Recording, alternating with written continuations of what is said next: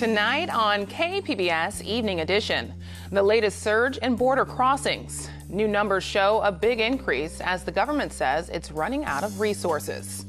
South Bay leaders say it's time for a solution, how they're coming together to try to end cross-border sewage.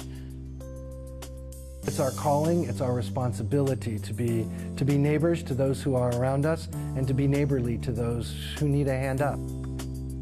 Yes, in God's backyard. Local faith communities say they have a plan to build affordable housing.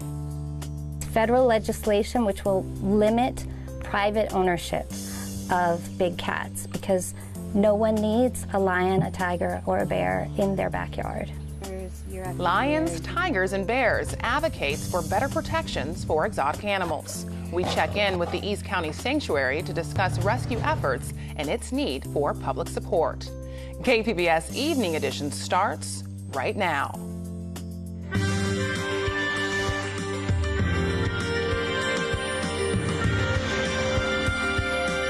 Good evening. It's Wednesday, June 5th. Thanks for joining us. I'm Ebony Monet. Border apprehensions of families continue to spike. Border Patrol says May was a record breaker. Nearly 150,000 people were detained last month. More than half were families traveling together. Most were from Central America and likely to seek asylum. 11,000 unaccompanied children were also detained. Many of those children end up in shelters run by contractors. Now the Trump administration is cutting off payments to those shelters. The money pays for services like English classes, recreation, and legal aid that are required by law. The government says it can no longer afford the cost. The Department of Health and Human Services is requesting Congress provide emergency funding to provide more beds and other care.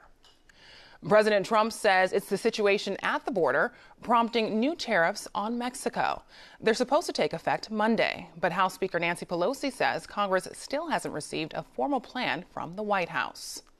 I don't even think it rises to the level of policy. I think it's notion mongering again. And it's really, well, let's face what it is. It's a distraction from the Mueller report. And it served its purpose, right? Here we are. We haven't seen anything that we would be overruling and then going to the next step. But I think that this is dangerous territory. This is not a way to treat a friend. It's not a way to deal with immigration. It's not a way to meet the humanitarian needs at the border. Some Republicans in Congress also say they would support blocking a tariff on Mexico. It's unclear if there would be enough votes to override a veto. Another crisis at the border is the sewage problem from Tijuana. Imperial Beach had to close once again this week. KPBS environment reporter Eric Anderson says local and national leaders are meeting to find a solution.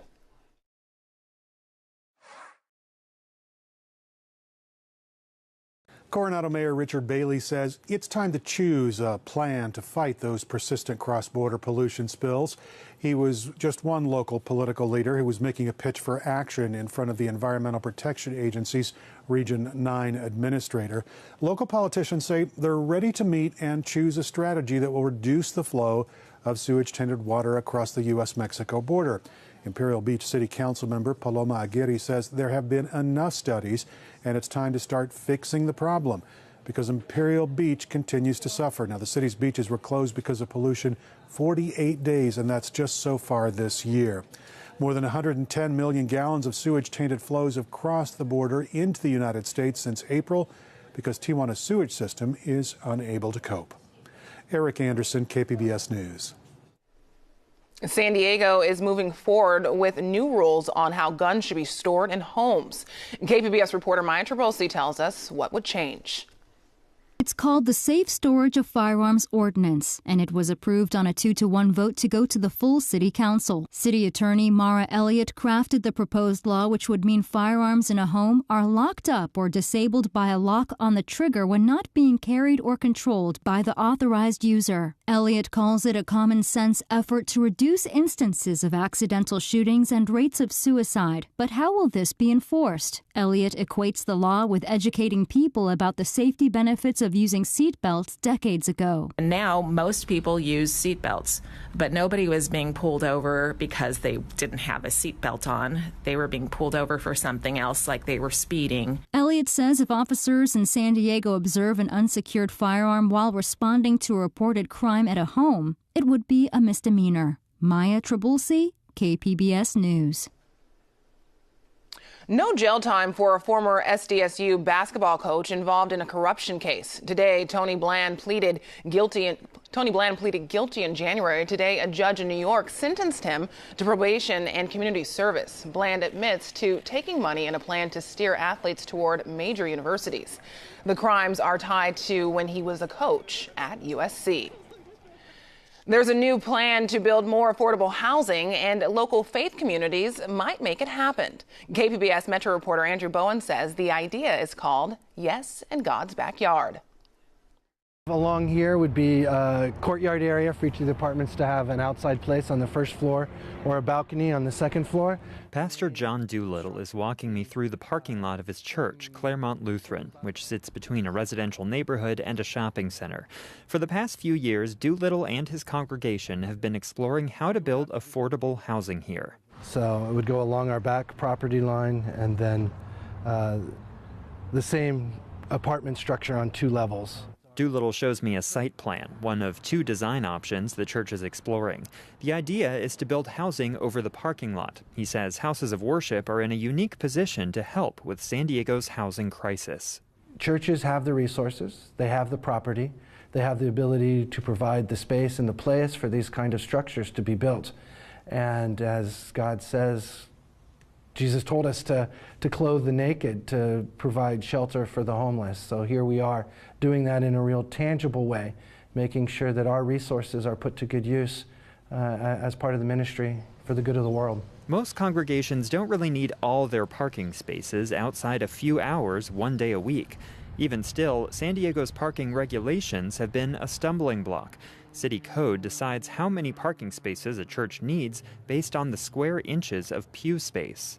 So that formula was used to say that we have a deficit and that we needed to do a parking study to see what our actual parking use was. For a month, congregants went out and surveyed vacant parking spaces in the church lot and the neighborhood 4 times a day. Doolittle says that survey showed a surplus of parking, but that city officials still weren't satisfied and asked for more analysis. That, plus the possible need for an environmental study, have made for a lot of headaches. It's been one frustrating meeting after another. The church's mission is to help the less fortunate. A few months ago, Doolittle and his congregation got a helping hand in the form of Tom Tyson. He's a retired attorney and former chair of the Regional Task Force on the Homeless. Tyson and a few other advocates have been working to encourage more faith communities to consider building affordable housing on their land. Instead of the movement Yes in My Backyard, or YIMBY, they're calling it YIGBY, Yes in God's Backyard. I cannot tell you how many faith communities have come to me and said, what can we do to address homelessness?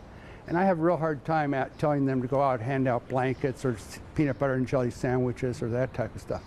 They're looking for a way to be relevant and to do something that really makes a difference. And building housing really makes a difference. Tyson says the genesis of YIGBY actually came from a list of properties designated for religious use in San Diego County. They represent more than 2,000 acres spread across the county. Now, Tyson and his partners are talking to about 15 faith communities. They're also analyzing different construction types and financing models. And we've been meeting with the city, talking with them about zoning requirements, figuring out how we can do this without getting bogged down in years and years of zoning and red tape in order to make this happen. Because the idea is to solve this problem now, not 5 years from now. YIGBY is still in its infancy. Tyson is hoping Claremont Lutheran's pursuit of affordable housing can serve as a proof of concept that can be replicated elsewhere. Pastor Doolittle says churches like his have a decades-long relationship with their community and can avoid some of the backlash that often derails new housing. It's our calling, it's our responsibility to be neighbors to those who are around us and to be neighborly to those who need a hand up. And so we as a community of faith want to say yes in all ways. As God always says yes to God's people, we too need to say yes to those who are in need. The church's 2 design options would create between 16 and 21 new affordable homes in Claremont. But given the roadblocks he's faced so far, Doolittle hesitates to predict when that housing might be complete. Andrew Bowen, KPBS News. The city of San Diego sent a statement to KPBS saying it's working with the IGBY team to make affordable housing faster and cheaper to produce. YouTube is taking new steps to remove hate speech from its platform. The popular site is owned by Google. The company says it will ban videos with white supremacist and neo-Nazi content. YouTube will also remove videos that deny certain events have taken place, such as the Holocaust. The changes take effect immediately. Tomorrow marks a major anniversary for those who stormed the beaches of Normandy, France, to defeat the Nazis. Survivors of D-Day are now in their 90s. That includes Coronado resident Tom Rice. He traveled to France for a parachute jump. He spent the past 6 months working with a physical trainer to prepare for the moment. After landing safely, he compared today's jump to the one he made in 1944. Great. Beautiful drive, beautiful jump, beautiful flight. Everything was perfect. It was morning here, dark there, and that was hard going on the D-Day jump. I landed standing up for the most part, and then went down to my knees and bounced a couple times because I had so much equipment, and I had a difficult time getting out of that equipment. A couple of hundred people took part in today's jump. It was just one of many events planned for France, England, and the U.S. to mark the anniversary.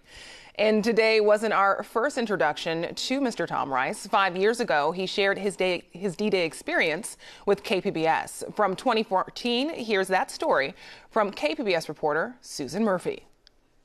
We sat in our steel bucket seats, and the takeoff time was 10:41. Tom Rice has vivid memories of that night 70 years ago when he flew across the English Channel in the pre-dawn hours of D-Day. I can't recall exactly how long the flight was, other than maybe 57 minutes, 59 minutes. Only 22 years old, Rice was among the oldest of the 18 paratroopers on board the C-47 military transport plane.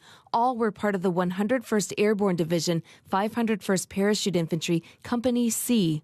The once avid runner and lifelong Coronado resident says he had no time during the flight to worry. He was busy assisting his jump master with equipment. Then I moved up to the front, make sure that everybody was alert, awake, and cigarettes were out. Their mission, dubbed Operation Overlord, was to parachute behind enemy lines in German-occupied France near the beaches of Normandy. They were to secure bridges, roads, and canals just hours before a massive sea and land invasion of 5,000 ships and nearly 140,000 American and Allied troops. For Rice, the mission was the culmination of a year and a half of intensive training. You know, there's 45 aircraft in a V of V's shape. I was in the third one to the right. In all, more than 1,000 planes stretched for miles across the sky. From the plane's open back door, Rice watched enemy fire streaking up from the ground as they approached their jump location. We were yawing and pitching, trying to get away from the flak, and all those candleworks coming up at us. Heavy fog and enemy fire caused pilots to panic and break up their formations. Still, Rice says, the red light above the back door of the plane came on. That means we got 5 minutes to go. So we got them, the lieutenant got us all standing, and the order there, stand up and hook up. Rice was always the first jumper out of the plane, so when the green light came on, he jumped and got snagged. My armpit got caught in the lower left-hand corner of the door. He swung himself out with a load of gear on his back that outweighed him. I normally weighed 137 pounds. That night I weighed 276. He says he twisted, freed himself, opened his chute, and plunged in pitch darkness toward heavily armed Germans, miles from his intended drop zone. He made a hard landing in a field near Utah Beach. Many paratroopers died when they fell into rivers and drowned from the weight of their gear. Others were shot and killed during their descent. By nightfall on June 6th, more than 9,000 American and Allied troops were dead or wounded. So we were spread over 400 square miles. Only 15% of us got together. for the first 5 or 6 days. Rice spent 37 days fighting in Normandy, living out of holes and equipped with just 3 days of food. He says he lost many friends and saw things eyes weren't meant to see. He's never forgotten. No, that stays. His living room mantle is filled with memorabilia and awards, including a Bronze Star, Oak Leaf Cluster, and Purple Heart. There's the 2 medals that the French Department of Ancient Warriors gave me. He hasn't always openly shared his war stories. After retiring from the military, he got married, had 5 children, and was a history teacher in Chula Vista for 44 years. But his students were never aware their teacher was a walking history lesson. They figured I was in the military, but I never told them a word about I was in an airborne. Not even when he taught lessons about World War II and D-Day. That stuff was still too heavy, and it just didn't do it. Now, at 92, Rice uses every opportunity to share his accounts of D-Day and World War II. He knows his aging generation of D-Day veterans is fading. I develop a lot of camaraderie with those guys, because they have a lot in common with them. Rice plans to commemorate the 70th anniversary like he does every anniversary by jumping out of an airplane, this year over Otay Lakes in South County. Yeah, haven't done it yet, but we're going to do it. Rice was among the first American troops to set foot in Normandy, young, scared, and unsure he'd survive. Even at a distance of 7 decades, the day continues to shape his life. Susan Murphy, KPBS News. I'm Judy Woodruff. Tonight on the NewsHour, how controversy and ceremony continue to define President Trump's trip to the United Kingdom. Coming up at 7 after Evening Edition on KPBS. We're here in Alpine in San Diego's East County at Lions, Tigers, and Bears to learn more about this animal sanctuary.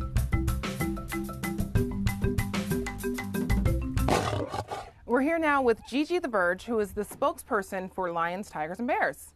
Hi. So what makes this sanctuary so special? It's really an incredible place to come and see these magnificent animals, and they're all rescued animals. So when you visit Lions, Tigers, and Bears, you're supporting lifetime care for animals that really have nowhere else to turn. 2002 is when Bobby Brink founded Lions, Tigers, and Bears, and when she rescued the first 2 tigers. Bobby's focused on rescuing these animals from the exotic animal trade. These are animals that don't fit into zoo conservation programs, so they literally have nowhere else to turn. As a nonprofit, we don't have a big marketing budget, so we want to help spread awareness about the issues that are facing these exotic animals and have people come visit, because it's a great experience to come see lions, tigers, and bears up close and learn about them. Hi, my name is Brian Williams. I'm the lead keeper here at Lions, Tigers, and Bears, and we are here at our Linking Lives to Love habitat, a 4-acre habitat for lions and tigers, who is currently, we have a white lion named Louie living in, and I'm going to be going and trying to get him to come and join us up here at the feed rail. Louie! Yeah? Come here. It can be a little challenging. Male lions can be particularly stubborn. He is very comfortable today. He's perfectly content with where he's at. And so they know that they don't have to perform or behave in any way or do any tricks, that they can be lions, and at the end of the day, they're still gonna get all their food. Right now, as we're heading into summer, currently we're about 770 pounds of meat a week. As we head into the summer, all of the diets will be decreasing because they become less active. Bakari! So in this habitat here, we have Bakari, our big male, who's making his way down, and his 2 sisters, Suri and Jillian. And they came to us from a facility in Louisiana that had just been rampantly breeding lions and ran into a situation where they had too many animals, couldn't take care of them all. So Bobby went out and helped to rescue these 3 at only a few weeks old, and they've been here for the past 10 years now.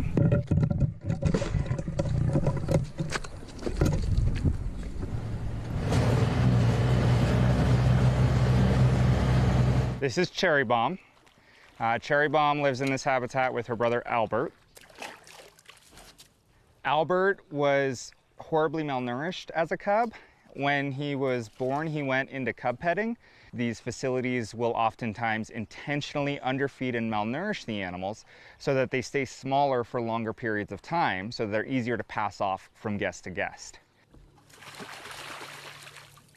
Part of your work is advocacy. So can you talk about some current legislation? I know that there's an effort on the federal level to protect big cats, and your support of that. So we've worked state by state, but the most important thing that we want to get the word out about is the Big Cat Public Safety Act. It's federal legislation which will limit private ownership of big cats because no one needs a lion, a tiger, or a bear in their backyard. These are not pets. They're wild animals. A lot of times we see on social media, there's people interacting with mountain lions or tigers. You can travel within the United States, you can travel to Mexico, many places, and hold tigers. It's always cruel for the animals. How can the public help your efforts here? Donations are crucial for a nonprofit, and also just coming out to visit, or simply spreading the word and letting people know that we're here. It's a great place to spend the day. It's a really special place, and you have the added benefit of knowing that the money that you spend or donate when you come for a visit, all of that money is supporting lifetime care for animals. Gigi, thank you so much. Thank you.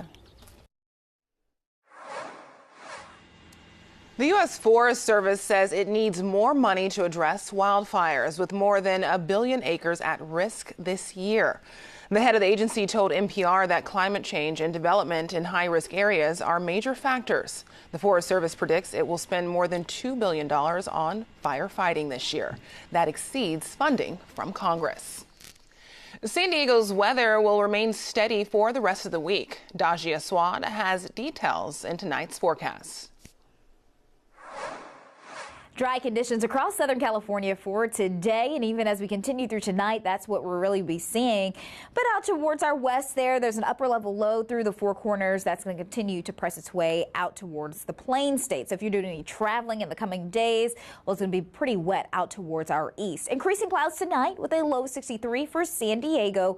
And if you're out to Oceanside, sitting at 62 for your overnight low. Borrego Springs, a low 72 and a low 58 in Mount Laguna with partly cloudy skies. Thursday comes along and temperatures are feeling warm out there across California, back in towards Arizona. Dry forecast for the most part, just some spotty activity as you head in towards portions of Utah and Nevada, but overall it is dry for the Southwest as a whole. And here in San Diego, we're also seeing that with a high of 72 in Oceanside, a few clouds, low clouds in the morning, then some sun to burn through. Also looking at some sun and clouds mixing for San Diego for Thursday in the lower 70s.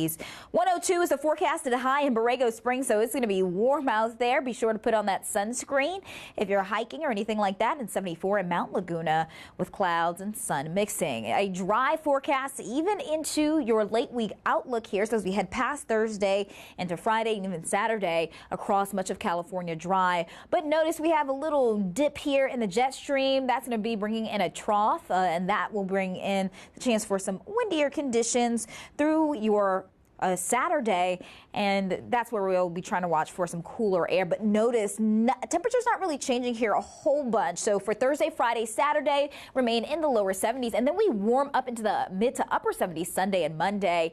And you're also seeing that trend here, a tad bit cooler inland Friday with a high of 78, so just by 2 degrees, and then we remain in the bounce back in the 80s for Saturday, Sunday, and Monday, and feeling warmer with lots of sun for the early week. And out to the deserts, well, that heat is holding on. 102 once again for tomorrow, upper 90s Friday and Saturday with lots of sunshine, and then warm air as we move into your early week forecast. Returning to the triple digits and still feeling warm, or rather pleasant, I should say, nice into your mountain areas. Cool Friday with a high of 70, then returning to the mid to upper 70s as we close out your weekend and head into next week. Reporting for KBBS News, I'm your meteorologist, Dajia Swad. Back to you.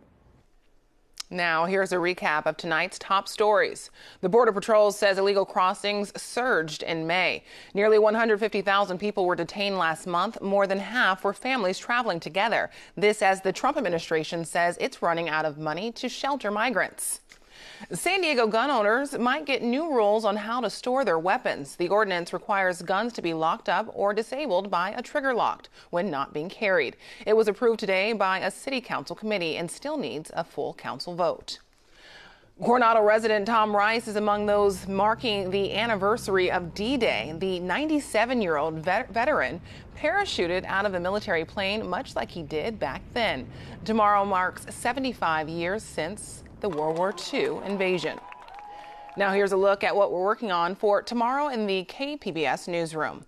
The San Diego Fringe Festival begins Thursday. On Morning Edition, we'll have a preview of this year's event.